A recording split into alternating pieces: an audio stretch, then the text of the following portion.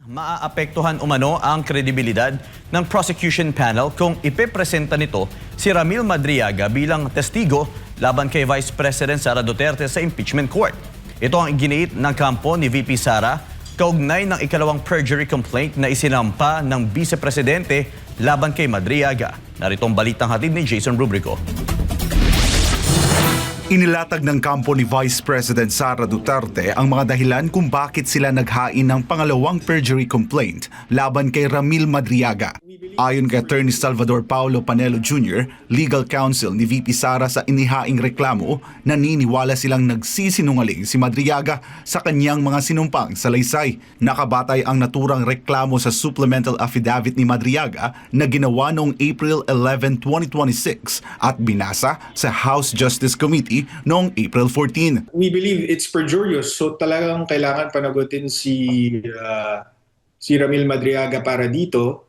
Nabanggit ko na rin na actually the supplemental affidavit proves that the first perjury is perjured. Dagdag pa ni Panelo, isa rin sa mga dahilan ng paghahain ng ikalawang reklamo ay upang ipakita sa publiko kung anong klaseng testigo umano si Madriaga na maaaring gamitin ng prosecution sa impeachment trial laban kay VP Sara. The reason why we exerted all this effort to file the second complaint is because we want to show the people also na ganitong klaseng testigo ang balak gamitin ng prosecution laban kay VP Sara. Malicious, baseless, and desperate witness. So ganun din yung character ng mga taong nasa likod ng impeachment. Wala talaga silang basihan, talagang politika lang ang habol nila. Pero iginiit ni Panelo na may naririnig silang bulung-bulungan na maaaring hindi na ipresenta ng prosecution si Madriaga bilang testigo laban sa Vice Presidente. Bagamat hindi nila pipigilan si Madriaga na tumistigo sa impeachment court, pananagutin pa rin nila ito sa mga pahayag na itinuturing nilang kasinungalingan. Nagsisinungaling yan si Madriaga, hindi namin kayo pipigilan. Siyempre kakasuhan namin siya dahil kailangan niyang managot dun sa mga kasinungalingan niya.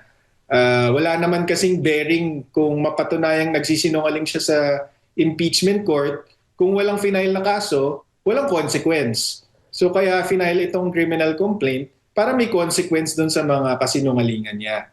Para sa kampo ni VP Sara, maaari umanong makaapekto sa kredibilidad ng prosecution at sa impeachment case laban sa Vice Presidente kung maipapakita nilang hindi mapagkakatiwalaan ang kanilang testigo. Meron siyang impact in a way na pag pinapakita namin sa tao kung gaano kasinungaling tong si Madriaga, naaapektuhan yung credibility ng prosecution at ng impeachment effort against the Vice President in general. So that's always been our opinion from the very beginning of all of this. When we first filed the first perjury complaint, we said parang Trojan horse yan si Ramil Madriaga.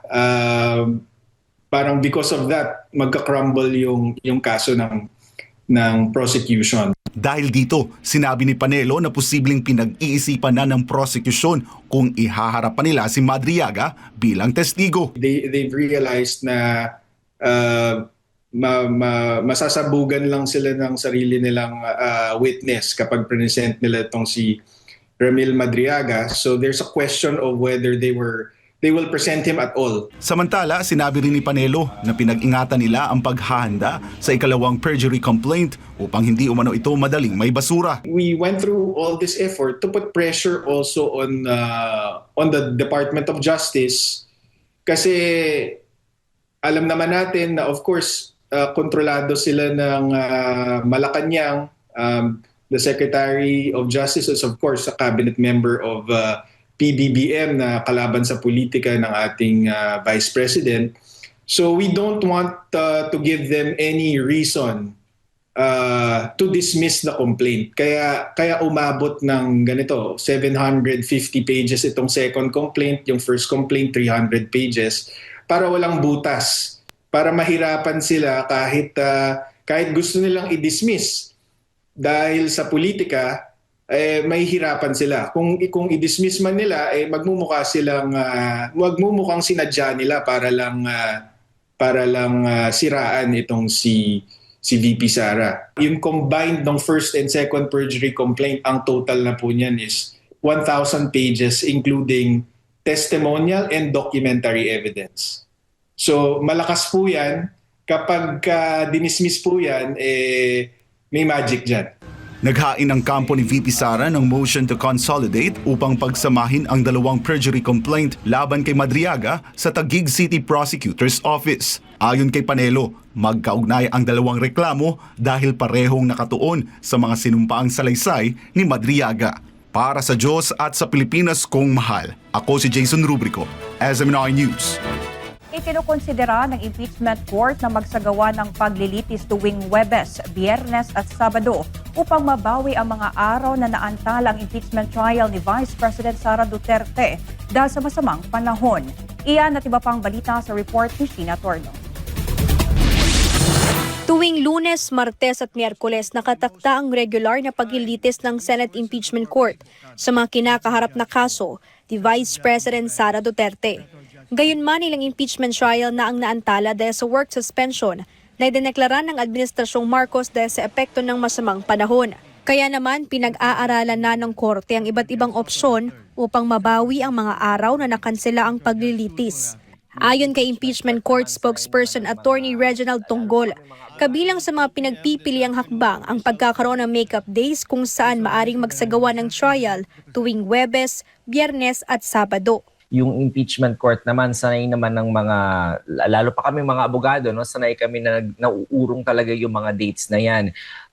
So yung number of days na allotted for the prosecution will just be extended and will eat up some of the days that the nakalaan naman doon sa depensa at uurong lang naman yung number of days ng depensa. So ganun lang yung mangyayari dyan. Magkakaroon lang ng konting adjustment. Posible rin anya na dagdagan ng 1 hanggang 2 oras ang bawat pagdinig ng impeachment trial. Mula sa kasulukuyang schedule na alas 10 ng umaga hanggang alas 3 ng hapon, ay maaari itong palawigin hanggang alas 4 o alas 5 ng hapon.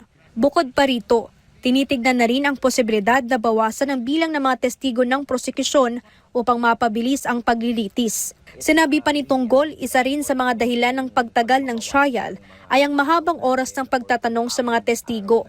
Sa ilalim kasi ng Senate impeachment rules, isang testigo lamang ang maaring iharap kada araw. Gayunman, umaabot ng hanggang 3 araw ang pagtatanong ng prosekusyon sa isang testigo. It's really a group effort, no? Yung pagbabawas ng mga araw natin or paghabol ng araw natin.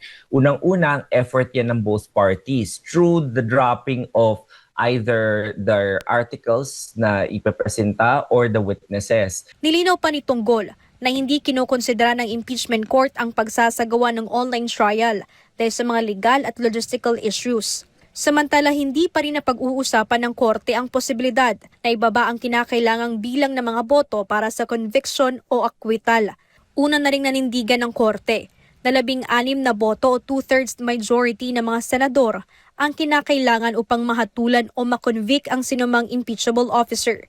If a person or a party or a side, a council proposes that is a dangerous proposal because it will necessarily entail the impeachment court to change the rules of the game mid-trial. At sa ating due process clauses, hindi po pinapayagan yan. Hindi po tayong parang naglalaro lang dito na kung para sa convenience ng mga parties, iibahin mo na naman yung rules mid-trial. Hindi po umaakto ang impeachment court for the convenience of either the prosecution or the defense.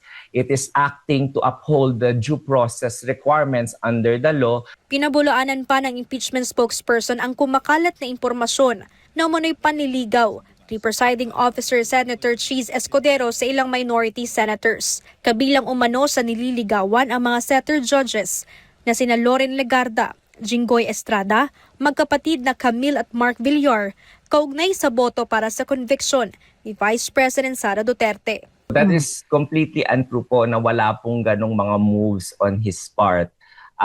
He is busy and his time is taken up by reading and studying the case, both the witness testimony, the number of documents, at saka yung mga resolutions na kailangan niyang ilabas. So mas busy po siya gawin yon kesa po mamulitika. Para sa Diyos at sa Pilipinas kung mahal. Ito si Sheena Torno, SMNI News.